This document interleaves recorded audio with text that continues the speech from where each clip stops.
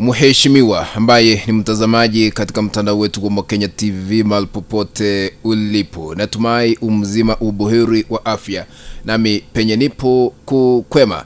Naomba tukaweze kudumisha amani katika taifa letu la Kenya. Karibu katika uchanganuzi wa siasa katika kanda hii, ni kueleza mengi kisha baadaye nitakuwa nachanganua moja kwa moja. Vile mnajua Rais William Ruto yuko katika taifa lile la Uingereza kwa ziara rasmi, lakini ametumiwa ujumbe mbaya zaidi, na katika kanda hii tutakuwa tunaangazia ni ujumbe upi ambao ametumiwa akiwa nje ya taifa la Kenya na ni akina nani wametuma ujumbe huo, kisha baadaye tutakuwa tunachanganua kabla tutamatishe hii kanda. Lakini kabla nizame kwa undani, naomba kushukuru wote ambao mnatazama hii kanda mahali popote mlipo, na kwa unyenyekevu tu na heshima kubwa na kuomba ukaweze kutukabidhi like. Kuna alama ya kidole hapa chini mwa kanda, bonyeza hiyo alama ya kidole kama njia moja ya kutukabidhi like. Ikiwa ni mgeni, njoo karibu, ingia na viatu, na ikiwa hauja subscribe na kuomba tukaweze kusubscribe. Kuna kitufe pale chini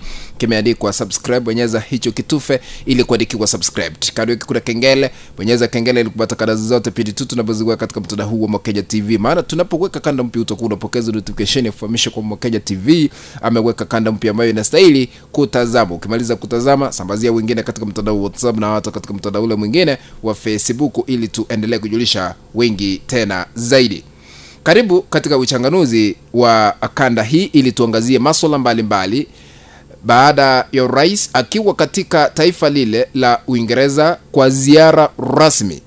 Katika taifa la Kenya kuna ujumbe ambao umetumwa kwa ikulu yake ya rais. Tusikize habari hii inatoka sehemu gani. Habari hii inatoka sehemu ya mrengo wa upinzani, na baadhi ya viongozi wametuma ujumbe mkali.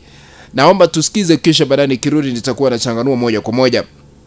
Martha Karua ni kiongozi ama ni miongoni mwa viongozi katika mrengo wa upinzani katika taifa letu la Kenya. Tumsikize ujumbe ambao anatuma kwa Rais William Ruto. Dr. Ruto, take the same route you took to come to where you are. You could either resign, but because you will not, the people will remove you, either 2027 or earlier. Because if they continue killing people, people can exercise their option. If you respected the people, the voice of the people, if you are a Democrat, you would resign by now with your entire government.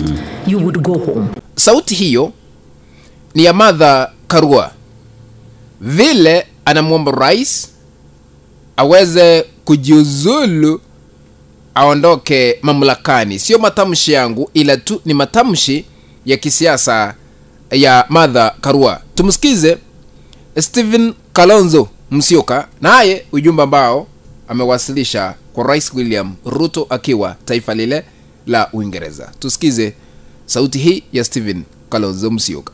Because vile inji ilivyo, I want to use this in a very serious manner, suggest the way forward for William Ruto. Now, one time is a political expression. Ako katika hali ya kutatanisha. My advice to him, ajiondoe kwa mamlaka pamoja na serikali yake yote. Ajiondoe kwa mamlaka, alafu Wakenya wazungumze. That is the only way vijana wa Gen Z watakubali kuketi naye.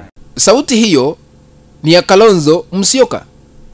Naye pia anasisitiza kwamba imefika wakati maybe kulingana na yeye rais aweze kutoa uamuzi.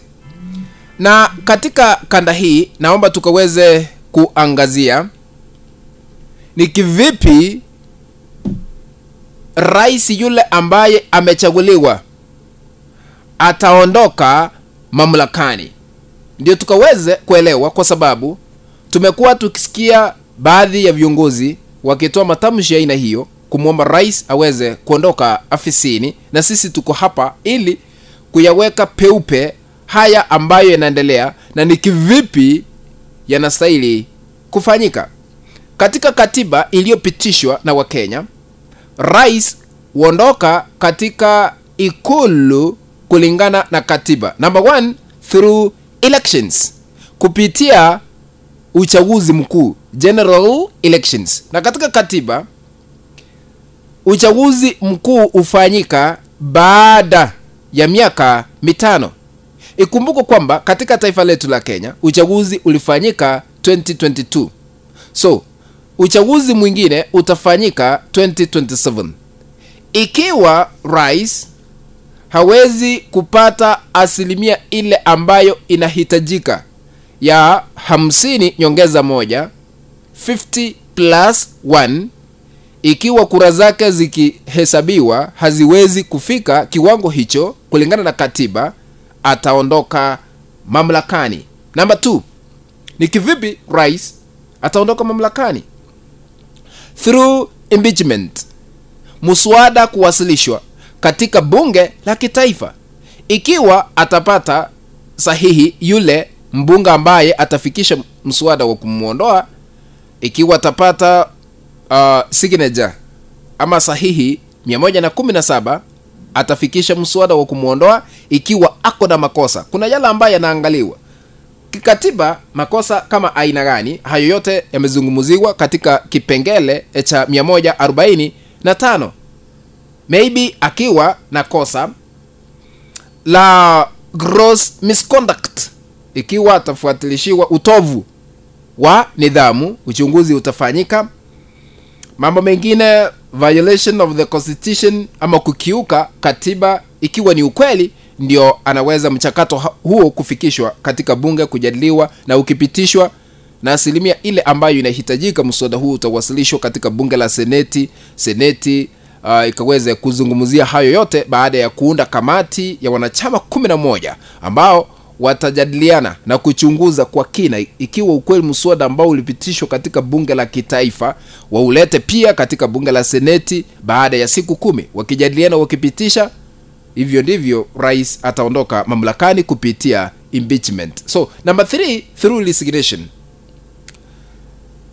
Ikiwa huo ni uamuzi wa kibinafsi ambao nimesikia baadhi ya wanasiasa wanazungumzia. Hata kuna wakati rais mwenyewe aliuliza swali, nimesikia Ruto must go, mnasema one term, mnasema hii na hii, lakini how do I go? That is the question he posed. Tumsikize. And if it is Ruto must go, tell me how you want me to go. Baada ya kuuliza swali hilo, nimeona baadhi ya viongozi wa mrengo wa upinzani wakimjibu. Huyu ni Rigathi Gachagua akiwa na jibu lingine. The decision of how you go is yours. President, don't throw the ball back to us. Kenyans have decided you'll be one term, you'll go. There are 2 ways you can make a decision. 1, you can resign and go home in dignity. 2, you can wait for the people of Kenya to remove you through the ballot in 2027. Hiyo sauti ni ya Rigathi Gachagua, lakini kwa kusema ukweli halisi kwa mambo, Kenya tuko na katiba iliyopitishwa na Wakenya, tunastahili kuheshimu na kuifuata kila wakati. Ikiwa uridhiki na kiongozi, maybe you wait for elections to send that leader home through the ballot. What do you think? Hayo ni maoni yangu. Utaniandikia maoni yako katika sehemu ya maoni hapa chini. Kufikia hapo, mpenzi mtazamaji, sina lingine ila tu kutamatisha hii kanda. Naomba ikiwa wewe ni mgeni ukaweze kusubscribe kwa kubonyeza kitufe kiko hapo chini ambacho kimeandikwa subscribe. Ukiandikiwa subscribed, well and good. Kando yake kuna kengele, bonyeza kengele ili kupata kanda zote pindi tu tunapoziweka katika mtandao huu wa Mokenya TV. Maana tunapoweka kanda utakuwa unapokeza notification kufahamisha kwa Mokenya TV ameweka kanda mpya ambayo inastahili kutazamwa. Sambazia wengine katika mtandao wa WhatsApp na hata katika mtandao ule mwingine wa Facebook ili tu endelee kujulisha wengi tena zaidi. Ladies and gentlemen, people, let's meet in the next video. Bye bye.